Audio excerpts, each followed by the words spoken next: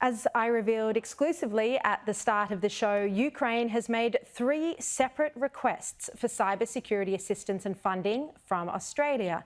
The requests have come from the Ministry of Digital Transformation, Ukraine's Security Service, and its Ministry of Defence. In response, our Assistant Foreign Minister, our Cybersecurity Minister, Tim Watts, rejected those requests. He sent this letter saying the Australian government stands ready to strengthen cooperation, but he said, while we are not in a position to provide direct funding for cybersecurity-related initiatives at this time, we see great value in progressing the bilateral cyber policy dialogue. And on his letter went. That letter sent just in March this year.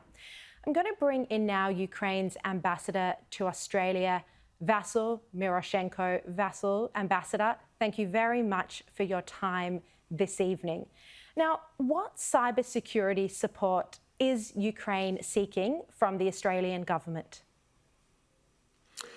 Cyber infrastructure is extremely important, just as much as any other critical infrastructure. And since a large-scale invasion of Russia last year, Ukraine became a target of cyber attacks. Our energy companies, our banks, financial system, government websites are being targeted on a daily basis. Actually, as a matter of fact, police is recording or registering at least 100 different attacks on a daily basis at critical infrastructure. So we need to invest into the resilience of that infrastructure to be able to fend off the attacks. And hence, those requests came to the Australian government asking for support. And this is something that Ukraine needs to be able to defend itself. Look, I can see how important that assistance is to Ukraine. I'm hearing from security sources that actually Russian hackers can even use cyber attacks and intelligence to try and target their missiles that are then reaching Ukraine. So actually, cybersecurity is incredibly important for the frontline battlefield as well. Is this right?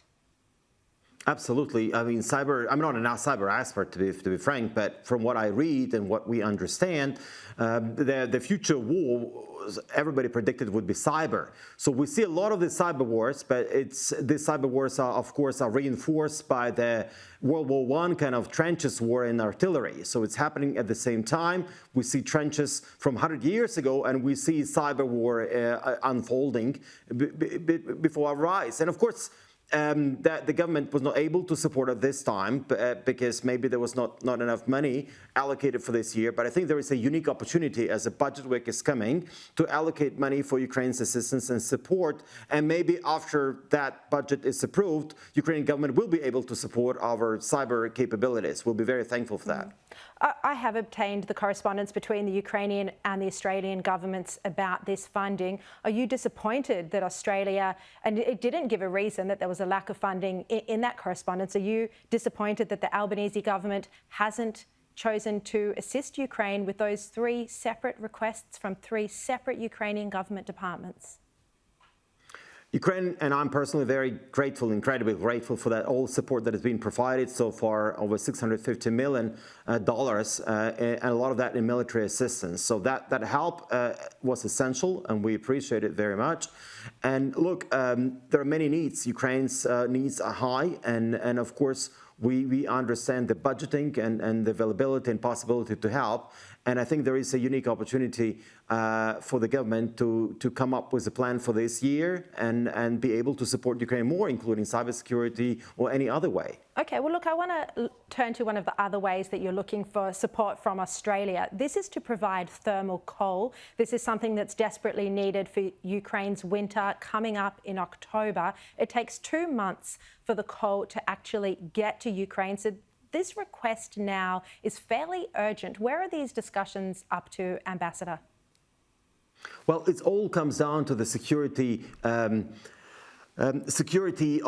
energy security of Ukraine. And as you know, Russians have targeted and destroyed a lot of our power generation and critical infrastructure during the last year.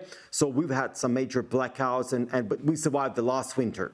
Also, Russians have taken hostage a nuclear power plant in Zaporizhia, which is the largest nuclear power plant. And also previously they held Chernobyl power plant as a hostage. By the way, today is 77 years since a nuclear explosion explosion, which actually resulted in the emission of 10 million tons of nuclear fuel into the air, which we'll see the ramifications of that for many years to come. And many people in Ukraine have already died because of that. And we now see how Russia is using energy as a weapon, including our infrastructure. So that coal that was provided by Australia last year was very helpful. It helped us actually go through the winter last year.